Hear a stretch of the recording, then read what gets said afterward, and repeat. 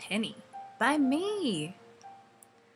Bright lights flashed all around you, disorienting you as the music played loud enough that you felt each beat of the bass pounding in your chest like a second heartbeat. You looked around and spotted your friend waving at you over the heads of dancing patrons, and you made your way through the crowd to her. "Oh, no," you said, looking to your cousin, practically being held upright by her other two bridesmaids-to-be. Her novelty veil was hanging half over her face, and her makeup was smeared, nothing like the done-up vision she'd been when you left her suite earlier the night. "Yeah," your friend smiled. "She tapped out early. I think it was those free shots at the Bellagio." "Figures that Bridezilla would be the first one out at..." You checked your watch and laughed. 10 o'clock. That's got to be a record for Vegas. "We're taking her back to the room to sleep it off." "Okay, let me just close my tab," you said, but she caught your arm when you turned. She pulled you aside where the music wasn't quite so loud and kept hold of your arm as she spoke. "You're not coming back with us." "What? Why not?" "You've been sulking this whole trip." "I have not been sulking," you said, scandalized. "You have. I know you, and I get it, but this is our last night here, and so help me, you're going to have some fun. I'm ordering you to as your best friend." "Have fun by myself?" "Look at all these fun people," she said, gesturing to the undulating crowd nearby. You made a face at her, and she laughed, looking around before her eyes landed. "There," she said, turning you and pointing to the bar up a small set of stairs where the music wasn't quite so loud. A man in a leather jacket sat at one of the stools, broad shoulders and holding a no-nonsense glass of whiskey or bourbon, you couldn't tell which. "He looks fun," she said, wiggling her eyebrows at you. "He could be a serial killer." "He's not a serial killer," she scoffed, "and if he is, then he's definitely the Dexter kind, which is fine for one night." "I don't do one night, and you know it," you said, crossing your arms. "Then don't bring him back to your room. Just dance by yourself. Or meet a stranger, get drunk, fall in love. If anyone gives off serial killer vibes, your room is literally 2 floors up," she said, and kissed your cheek before turning to help your cousin stumble out of the place. You looked around for a moment. All you really had to do was wait for her to be out of sight and ditch out back to your room. There was probably something good on TV, and you could call it a night early. In Vegas.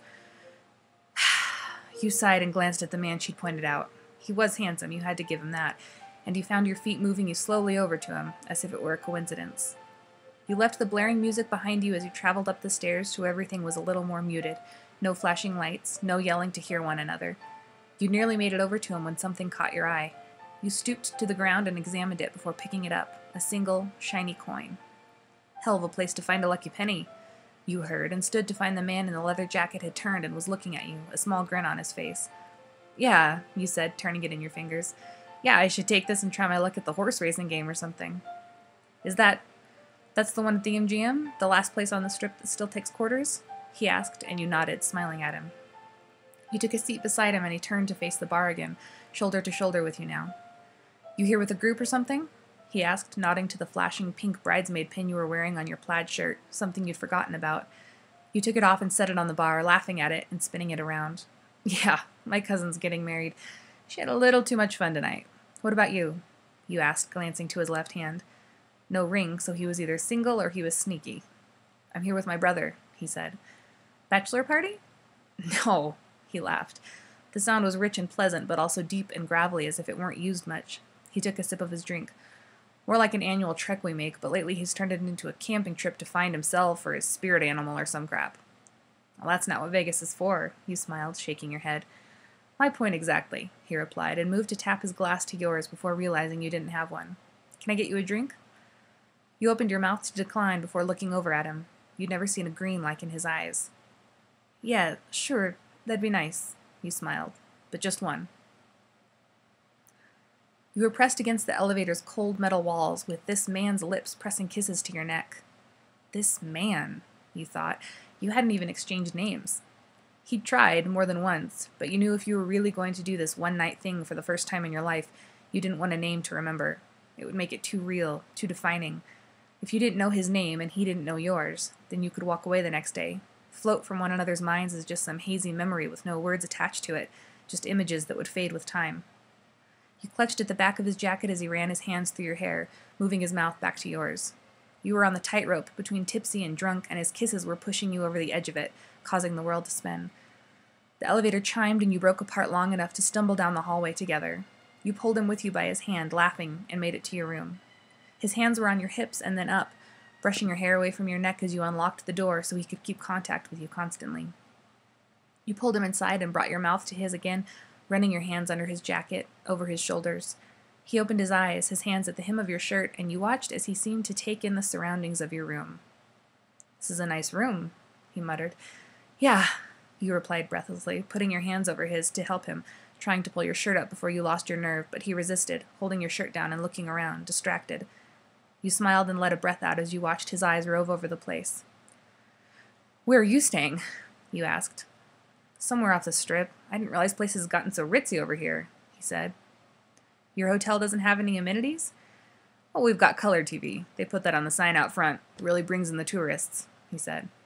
"What about magic fingers?" You smiled. "No magic fingers," he sighed, looking into the distance before focusing on you again. You were glaringly aware that his hands were still at the hem of your shirt. "So what, did you hit the jackpot at a craps table or something?" "No," you laughed, "and normally I'd never be able to afford a place like this. I'm here with that wedding party. My cousin, her whole family is loaded and paying for everything. The wedding's going to be ridiculous." "Sounds like you're not on great terms with the bride," he said, letting his hands fall and walking a slow circle around the room. You took the time to catch your breath before the two of you inevitably got back to what you'd come up in the first place for. It twisted your stomach with nerves as you watched him. "My cousin has no friends. My best friend and I got roped into being bridesmaids," you explained, leaning on the counter as he continued to survey the place. "And she's paying for this, your cousin?" he asked, opening the small fridge and peering inside as the light hit his face. "Her parents are." "And how do you feel about them?" he asked, turning to face you. You rolled your eyes, not sure where to start with your aunt and uncle. "Well, all right then," he said, and you watched as he took the untouched bottle of champagne from the ice bucket on the counter and popped the top loudly, letting the foam spill over the carpet. "What are you doing?" You laughed, eyes wide. "I'm toasting the happy couple." He smiled cheekily at you, and he grabbed 2 plastic cups, pouring you each a glass and handing one to you. "I can't drink any more," you said, feeling the alcohol from the bar coursing through you. He caught your eye and smiled, taking a sip of his own. "Pour it down the sink then," he said. You grinned at him and took a sip, following him as he walked the room. "All right, what else do we have?" he asked. You turned a slow circle before your eyes landed across the room. "There's a hot tub," you suggested, and he followed your gaze to the ridiculous porcelain thing sitting by the window overlooking the strip. You hadn't even considered using it during your time there. The room was more than extravagant and way over the top for your taste. Suddenly you were grateful for all its decadence, though, as the man's eyes lit up. He grabbed the expensive-looking bubble bath from the side of it and turned it on the tap. "Seriously, if I can teach you one thing tonight, let it be this. When someone you don't like is offering to pay for something, you take advantage. What have you been doing in this room?" he asked. "Sleeping?" you shrugged.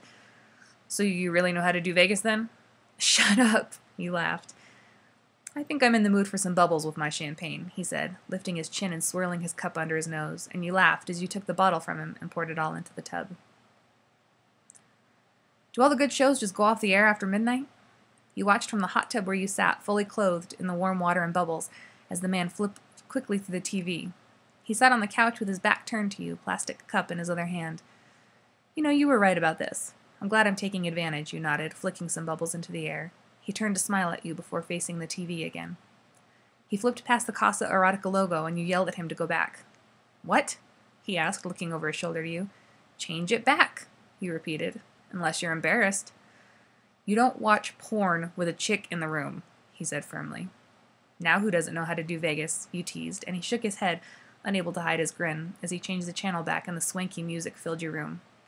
"Let's buy the most expensive movie they have," you said. "Now you're talking." 15 minutes later, and your cheeks hurt from laughing as you held your now empty champagne cup up to your mouth. "Oh, that looks uncomfortable. No one has sex like that," you said, watching the screen over Dean's shoulder from where you sat still in the tub. The water was growing tepid around you, and many of the bubbles had popped. "That one I've actually done," he said over his shoulder, pointing to the screen. "And?" "Cramped up," he replied, shaking his head. "No, you tapped out?" "I was limping the next day," he said as you burst into laughter. "I'm not proud of that. Told my brother I got in a bar fight." "Oh, that's shameful," you said through your laughter. "But in your defense, it's misleading. I mean, this girl looks like she's really enjoying it." "Well, I can tell you the girl I was with did not." "Well, not if you tapped out right away, man. You have to stay in for the long haul, even if it hurts," you said, standing and wringing your soaking clothes out before pulling the plug on the drain. "So now you're a Casa Erotica expert?" he asked. You stepped out of the tub and wrapped a towel around yourself, feeling your clothes clinging to you. "I have my secrets," you replied, and he turned to you with a smile. Interesting, he said. When you said you were going to change into something more comfortable, you really meant something more comfortable, you finished for him. You realize what a dork you look like wearing 2 robes, right? I realize how decadent I look if that's what you mean, you said, pulling them around you. I'm definitely stealing one of these in my luggage. And what are you wearing under the 2 robes? He asked, leaning forward to pop open the canister of nuts on the table. Well, let me show you, you said, trying to sound sexy, but negating it by laughing as you pulled your robes open to reveal a new and dry plaid shirt and your pajama shorts underneath. Wow, he said, shaking his head with a smile. You could do burlesque. Hey, toss me one, you told him, bringing your feet up on the couch where you sat across from him and placed them in his lap. You stopped short, looking over at him, the intimacy of the motion surprising you. Sorry, is this okay? You brought me back here to have sex, he reminded you, raising his eyebrows, and you blushed, stifling a laugh. Yeah, that's a pretty saucy point you have, he said, and he tossed you a macadamia nut. I don't usually do things like this, by the way. Sit in a hotel room with a guy until 3 a.m. eating expensive nuts? He asked, consulting his watch. One night stands, he said. Yeah, you don't really strike me as the kind of girl to do this, he nodded. Vegas fever get to you? Bachelorette party peer pressure? Not really. You hesitated. He waited and tossed you another nut. You leaned forward and caught it in your mouth, earning an impressed grin from him. I just went through a breakup, you said, crunching down on it. When? A year ago. So it's still pretty fresh? He teased, and you shoved him a bit with your toes, making him laugh. Sorry, he said, trying to force his smile away. Breakups are a bitch. Yeah, You sighed and paused. You hadn't talked about him in a while. He cheated on me. Son of a bitch, he muttered. It's just taking me a little longer to get out there again, you said. Well, his loss, he replied, resting his hands on your feet, and you ducked your head to play with the tie on your robe, hiding your blush. Before you could say anything more, a familiar tune caught your ear, and you looked up to the TV excitedly. Dr. Sexy! You gasped at the same time as him and shared a smile before you settled in as the new episode started. Toss me another, you said, and held your hand out to catch the macadamia nut, but he was paying attention to the TV, and he tossed it over, harder than he meant, where it hit you square in the eye. Oh, God, sorry, he said, muting the TV and turning to you, peeling your hand away from your face. You were laughing as it started to water. You looked up at the ceiling, and he brought his face close, cupping your face in his hand and holding your wrist still with his other as he inspected the damage. He smelled good, some kind of musky cologne mixed with his leather jacket, and his hand was warm over your skin. What's the prognosis? You asked quietly. He backed up a bit and caught your eye, running his thumb gently under it. I think you'll get to keep it, he smiled. Neither of you said anything for a moment as the show played on silently in the background. Hey, the desert's supposed to have amazing sunrises, you said finally, lowering your hand, unfathomably aware that he was still holding your wrist lightly, encircling it with his own. Couple hours to go, he said. Do you want to stay up for it? If you do, you replied. I got nowhere else to be. You were laying on the bed, over the comforter and facing one another on your sides. The curtains were open and the lights of Vegas shone in, lighting your faces just enough. The TV was off now and the room was quiet, peaceful. This is nice, he said, running his hand over the material. A lot of motels don't go for this kind of thread count. I'm pretty thread count savvy for a guy with a tough-looking leather jacket, you teased, reaching out to run your hands over it. You let your hand linger on his arm. I like it. It was my dad's. And where is he now? It's gone. I'm sorry, you said. He nodded, licking his lips. Everyone loses someone, he replied. You stayed quiet a little longer, wondering what kind of story lay behind his words. His eyes traveled your face, your eyes and lips just learning you. He didn't want to move, didn't want to change anything for fear that you would take your hand away from his arm and break the contact between you. I'm not drunk anymore, you whispered. Me either, he replied, matching your volume. Do you believe in God? Nice non sequitur, he said, and you squeezed his arm a little with a laugh. Answer the question. Do you believe in God? I used to, you said. Now I'm not so sure. Depends on the day, I guess. What about angels? Do you believe in angels? Yeah, he said with a wry laugh. I believe in angels. What about miracles? Or wishes? He stared at you a long moment before responding, blinking his long lashes at you. I think it's rare for things like that to come true without a catch, he said, and then quieter than ever. Tell me your name. You shook your head at him with a small smile and brought your hand to his face, running your fingers lightly over the skin under his eyes, across his nose. You have freckles. I didn't see them before, you murmured with a yawn. You falling asleep? No, you said, closing your eyes, and you felt him catch your hand in his. You opened your eyes again to watch as he twined your fingers together, and you pulled away, taking his palm in your hand instead. You traced your fingers over the lines there. Do you believe in palm readings? I believe you're going to read mine whether you know how to or not, he said. This line here, you started without missing a beat, making him chuckle. This means you would have been extraordinarily rich if you'd only found that lucky penny before me. But you know what? Finders keepers, you whispered with a grin. Not half an hour later, the two of you decided to head out, sharing a cab ride past the Strip and onto the highway for a good 10 minutes before you directed the driver to stop. The two of you got out and watched the cab disappear back into the city in the dark blue of early morning. You trekked out past the rest stop parking lot and over the sand until you found a large rock nearby. He helped you climb up onto it, and you sat, looking out over the city. I'm glad you decided to lose the robes, he said, glancing at you in your shirt and shorts. I feel like such a peasant, you muttered, looking down at yourself, and you saw him grin out the side of his mouth. Weird city, he remarked, shaking his head and looking out onto the small skyline of New York, the pyramid and Sphinx, the small Eiffel Tower. Weird city, you agreed with a nod. Weirder night. He looked to you and you caught his gaze from your seat up high. Thanks, you said, for hanging out. Tell me your name, he replied softly. His eyes were intense upon you, greenest of greens, boring right through you. It had surpassed real at this point, hadn't it? Sex or not? I guess it doesn't matter at this point, you sighed. What happens here stays here, right? God, I hope not. He smiled at you, holding out his hand. You grasped it in yours and shook it, letting his hold linger on you. Brittany, you told him. Brittany. Nice to meet you. Dean. Dean, that's a nice name, you said, and let your hand slide from his. He hoisted himself up to sit beside you on the rock, shoulder to shoulder, just barely touching, and you watched the skyline together. It was a small sliver at first, creeping up over the horizon, and then you watched in awe as the sun came up in full force, reflecting off the windows of every building on the Strip, shining and glittering like thousands of lucky pennies.